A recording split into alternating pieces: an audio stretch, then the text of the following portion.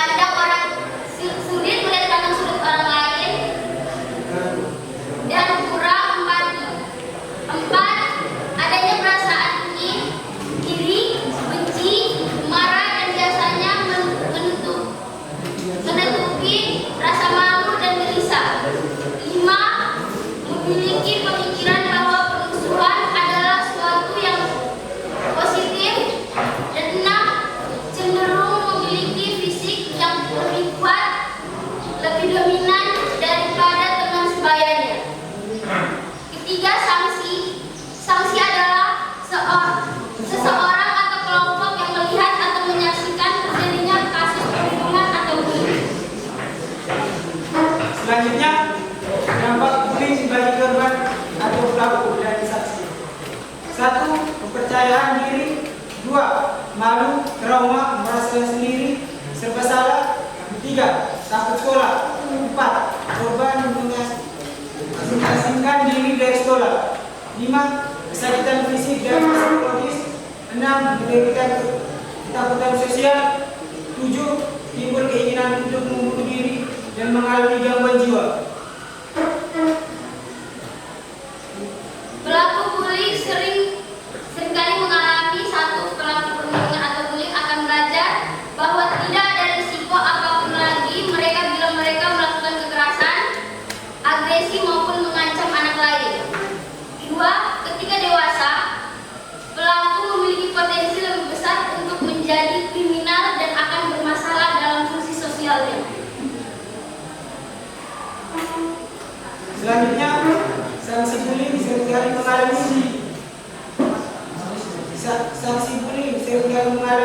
1. Mengalami perasaan tidak menyenangkan dan mengalami tekanan psikologis yang berat. 2. Merasa terancam dan ketakutan akan menjadi korban selanjutnya. 3. Dapat mengalami penurunan prestasi di kelas karena perhatian masih terfokus pada bagaimana menghindari menjadi target perundungan atau bullying daripada tugas akademik. Upaya pencegahan bullying di lingkungan masyarakat. Pencegahan adalah tindakan atau cara atau proses yang dilakukan agar seseorang atau sekelompok orang tidak melakukan tindakan kekerasan di lingkungan satuan pendidikan. 2 anak, 3 keluarga, 4 satuan pendidikan, 5 pemerintahan daerah, dan 6 pemerintahan pusat. Selanjutnya, mencegah oleh anak. 1. Mengembangkan budaya relasi. 2. Ikut serta membuat dan menganggarkan aturan sekolah terkait mencegah bullying. 3. Stop bullying. 4. Saling mendukung satu lain. 5. Ikut membantu teman yang menjadi korban. Upaya pencegahan oleh keluarga. 1. Membangun komunikasi antara anak dengan orang tua. Yang kedua, memperkuat peran orang tua dalam pencegahan perundungan baik di rumah maupun di sekolah. Yang ketiga, sosialisasi dan advokasi terkait hak anak pada orang tua. Dan yang keempat, menyiapkan anak untuk menghadapi perundungan dengan berkata tidak. Selanjutnya, oleh satuan pendidikan, adanya layanan pengendalian kekerasan media bagi murid untuk melakukan bullying secara aman dan terjaga kerahasiaannya. 2. Bekerjasama dan berkomunikasi aktif antar siswa, orang tua, dan guru. 3. Kebijakan anti bullying yang dibuat bersama dengan siswa. 4. Memberikan bantuan bagi siswa yang menjadi korban. 5. Pendidik dan tenaga pendidikan memberikan perlakuan positif. 6. Pendidik dan tenaga pendidikan memberikan perilaku positif dan tanpa kekerasan. 7. Program anti bullying di satuan pendidikan yang yang melibatkan siswa, guru, orang tua, alumni, dan masyarakat lingkungan sekitar satuan pendidikan. Berikut penjelasan tentang bullying di kalangan masyarakat. 1. Mengembangkan perilaku berbunyi dengan prinsip kepentingan terbaik bagi anak dan semua anak adalah anak kita yang harus dilindungi. Yang kedua, bekerja sama dengan satuan pendidikan untuk bersama-sama mengembangkan budaya anti kekerasan. Dan yang ketiga, bersama-sama dengan satuan pendidikan melakukan pengawasan terhadap kemungkinan munculnya praktik-praktik bullying di lingkungan sekitar satuan pendidikan. Dan yang terakhir, bersama dengan satuan pendidikan memberikan bantuan pada siswa yang menjadi korban dengan melibatkan stakeholder terkait. Selanjutnya oleh pemerintah pusat. 1. Sosialisasi terkait Permendikbud 82 tahun 2015 sampai pada level bawah diikuti dengan penerbitan IE. 2.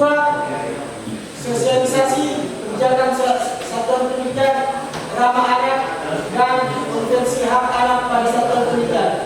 3. Melakukan model dengan membentuk lembaga layanan atau shelter. 4. Melakukan koordinasi antar K atau M yang memiliki kebijakan atau program berbasis sekolah untuk bersama-sama melakukan pencegahan terhadap perundungan atau bullying.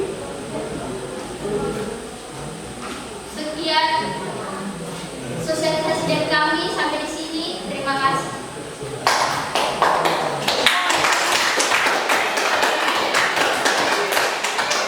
Bagi teman-teman yang ingin bertanya, kami persilakan. Silakan bertanya.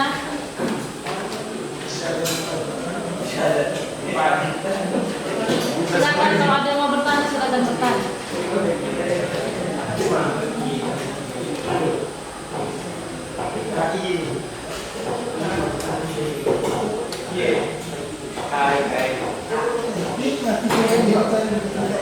Ada pertanyaan?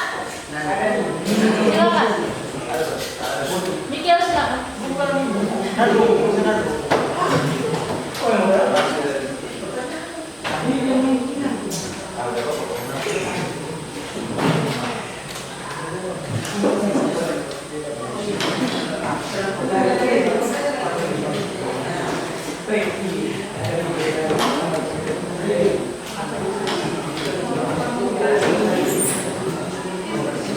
Mas, Kak? Itu ada pertanyaan. Sudah paham semua? Penjelasan dari Pak sudah paham semua? Dari pertanyaan sudah. Ayo, bagaimana perjalanan dari nama mulai ke sini?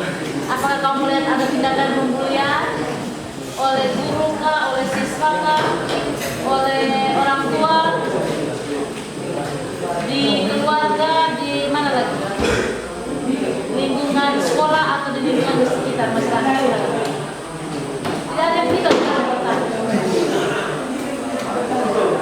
Tidak ada juga. Ya? Oh, masuk kata-kata, sabar kata-kata. Jackson, silakan bertanya. Lisa, silakan Lisa. Taruh silakan.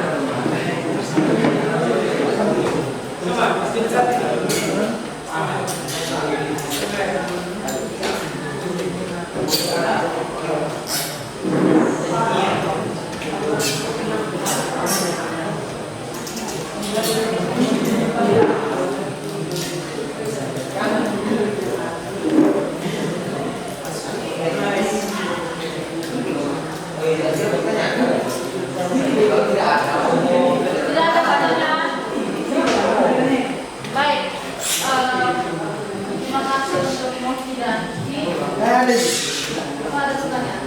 Silakan. Jadi dengan apa yang sekitarnya perundungan dan apa yang menyebabkan di lingkungan apa di masyarakat atau sekolah atau pergaulan yang sering terjadinya perundungan atau bullying dan apa yang menyebabkan Sudah bisa paham pertanyaannya? Pertanyaannya, perundungan itu paling sering terjadinya di mana? Begitu ya? Gitu. Terus bagaimana cara mencegahnya? Oke, silakan. Silakan.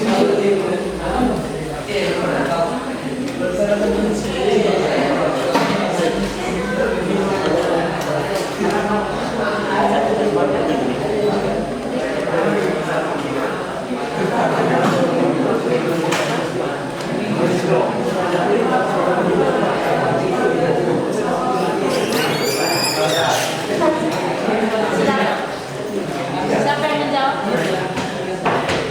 Oke, kami akan menjawab pertanyaan tadi. Pertama, upaya pencegahan bullying di lingkungan masyarakat. Satu, pencegahan adalah tindakan cara tertentu yang dilakukan agar seseorang atau sekelompok orang tidak melakukan tindakan kekerasan di lingkungan satuan pendidikan, anak, keluarga, satuan pendidikan, pemerintahan daerah, pemerintahan pusat.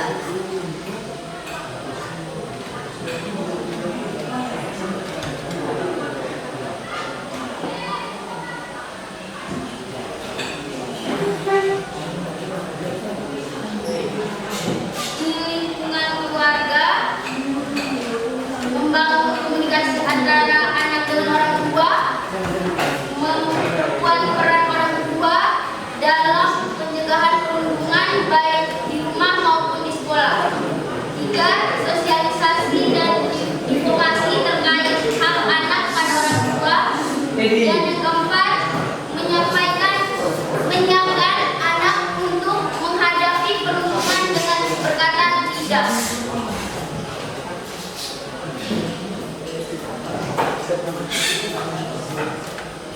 Di satuan pendidikan, adanya layanan pengaduan kekerasan media bagi murid untuk melaporkan bully secara aman dan terjaga kerahasiaannya.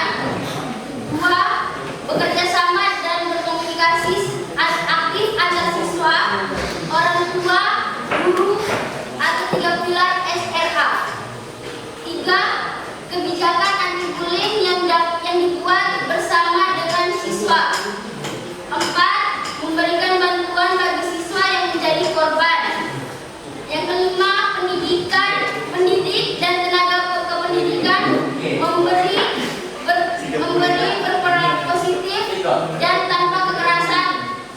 Dan yang terakhir, program anti bullying di satuan pendidikan yang melibatkan siswa, guru, orang tua, alumni, masyarakat atau lingkungan sekitar satuan pendidikan.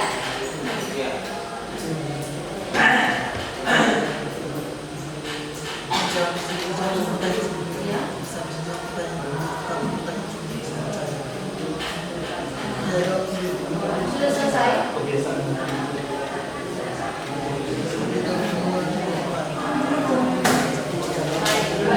Baik, bagaimana Vito?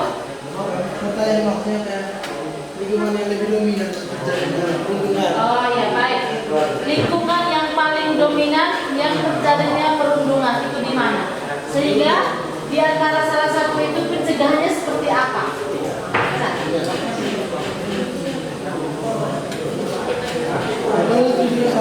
Oke, maaf.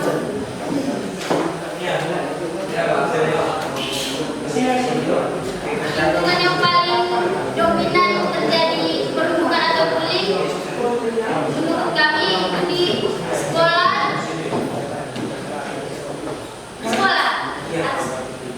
Karena banyak di sekolah sini ada yang membuli dengan macam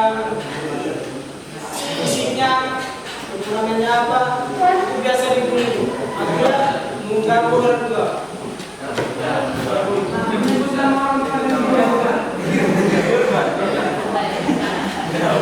Kalau menurut saya itu yang dominan di tongkrongan. Karena kalau di tongkrongan kita tidak ada di sekolah seperti ada guru itu sebagai penjaga. Tongkrongan yang dapat mencegah kalau yang lebih umur. Kalau yang lebih umur juga suka orang juga cukup. Kita berkali dalam baik. Baik, kita tunggu Vito ya. Sudah masih ada pertanyaan lagi? Menurut saya tidak, karena di tongkrongan itu kan sesama teman, mungkin saling membuli.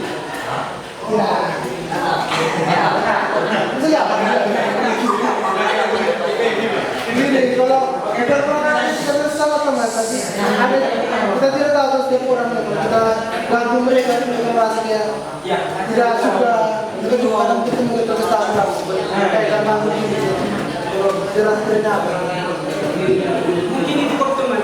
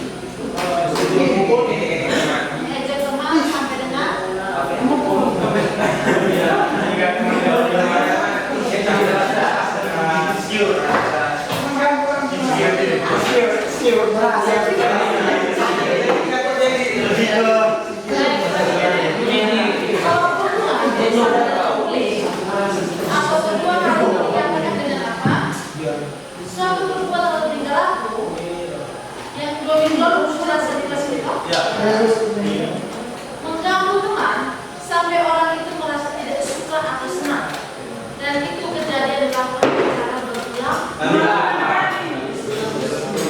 Baik, itu berkaitan dengan perempuan. Yang begitu, yang berikut, Pak Nurul Yusuf.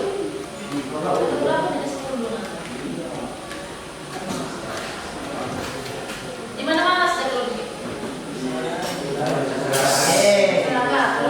Sekolah, rumah.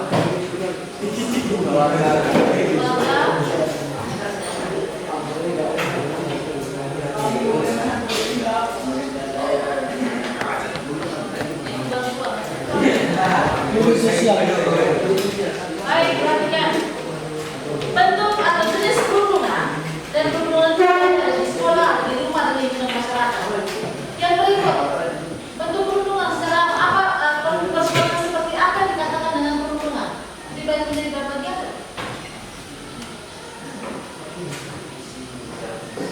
Secara isi, apa lagi? Psikis, atau iya, sosial media, verbal dan dengar, apa lagi?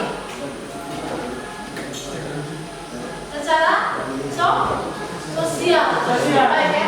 Yang pertama, orang katakan bahwa bullying secara fisik. Itu dengan cara apa? Menendang, teman melukai, isinya sampai mengancam. Itu bullying secara fisik. Yang kedua, bullying secara verbal. Omong teman gendut, omong teman pendek, omong orang tua punya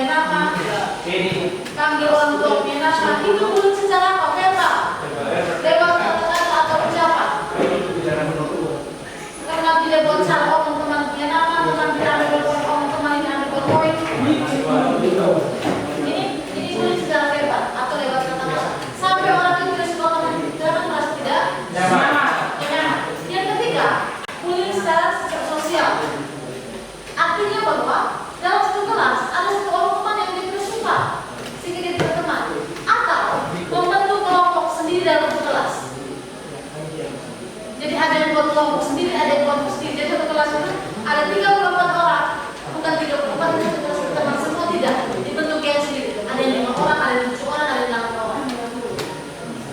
Ini bullying secara sosial.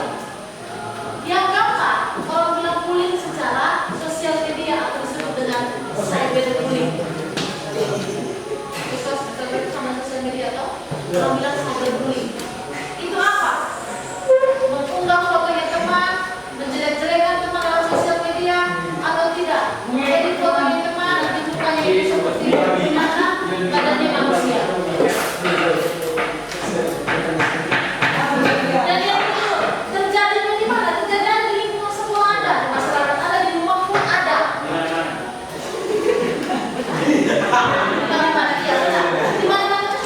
Di mana ada di rumah, di mana itu tergantung di mana kita berada. Kita ada di rumah, kita ada di sekolah, kita ada di lingkungan masyarakat. Kita ada di sosial media. Jadi ada yang mulai posting, ini dari mereka di sini, tanda namanya ini, namanya ini, di belakang muncul orang-orangnya, ngomong-ngomong kita berkulit sosial media. Yang berikut, ada kalau misalnya kita lihat tadi sekitar kita mendengar, kalau misalnya ada yang melanggar kode itu ada kebijakan atau orang yang bullying itu sebenarnya sih bagaimana kita buat akibat dari hal yang bisa bullying itu ternyata dampaknya besar. Dampaknya apa? Orang bisa bunuh diri, orang bisa namanya gangguan mental, orang bisa depresi, orang bisa trauma, sakit hati yang berkepanjangan. Itu kenapa? Karena merasa bullying. Sifat atau setiap kali mengalami. Yang berikut, kalau misalnya ini apa yang harus dilakukan supaya mencegah bullying? Tadi jelaskan juga. Kalau di sekolah berarti lebih dahulu melakukan kepada teman atau mereka sebagai ada perubahan. Yang berikut, tolong jangan lapor ke orang tua. Kalau terjadi bullying di Sekolah. kenapa itu bilang jangan lapor ke orang tua? Harus lewat sekolah. Kenapa? Ketika melapor ke orang tua, sekolah ini tidak menjadi hal yang positif tapi negatif. Karena ada orang tua yang datang dengan ditanya baik-baik kan, mana yang namanya mikir sama ketemu dia.